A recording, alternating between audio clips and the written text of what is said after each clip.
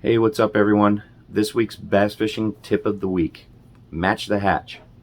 What do I mean by match the hatch? A few weeks back I did a tips video on doing your research. Part of that research before you go to a lake should be trying to see what the bass are feeding on, find out what the bass are feeding on. It's, if you make that part of your research, it's going to help you figure out what baits to fish and possibly what colors to fish. A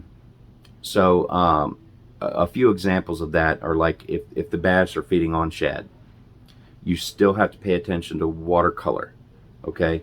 But good lures for that are for shad are spinner baits and lipless crankbaits.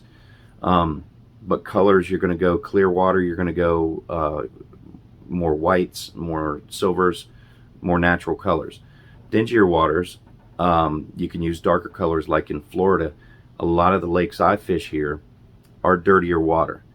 So the number one color I use for a lipless crankbait is gold with a black back on it, and it tears them up. And that's across the board. Any lake that's dirty, that's going to be a great color.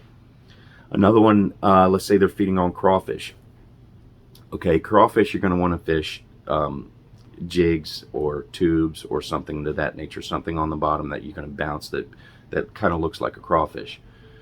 And again, colors depend on water clarity and so on and so forth. But with crawfish, if you let's say you catch a bass and you notice his lips are red, and it happens, that means they're feeding on crawfish.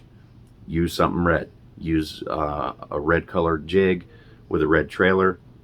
You can even use crankbaits that are red, that are hitting the bottom, but red color is going to be key. Another one, if they're feeding on bluegill is, from what I've read and seen, is the number one bait for a bass across the nation. A square bill, bluegill have a very erratic swim to them. A square bill is great for that, and in my experience, so is a lipless. Another one would be a swim jig, man. Swim jigs are killer because you can get them. Bluegill stay in the weeds a lot, so you can get them into the weeds.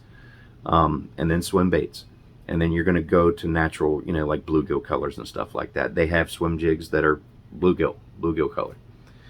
So that's it. That's my tip of the week. Hope you guys enjoy it. Hope it helps you. And again, I'll see you next week. And until then, go get them.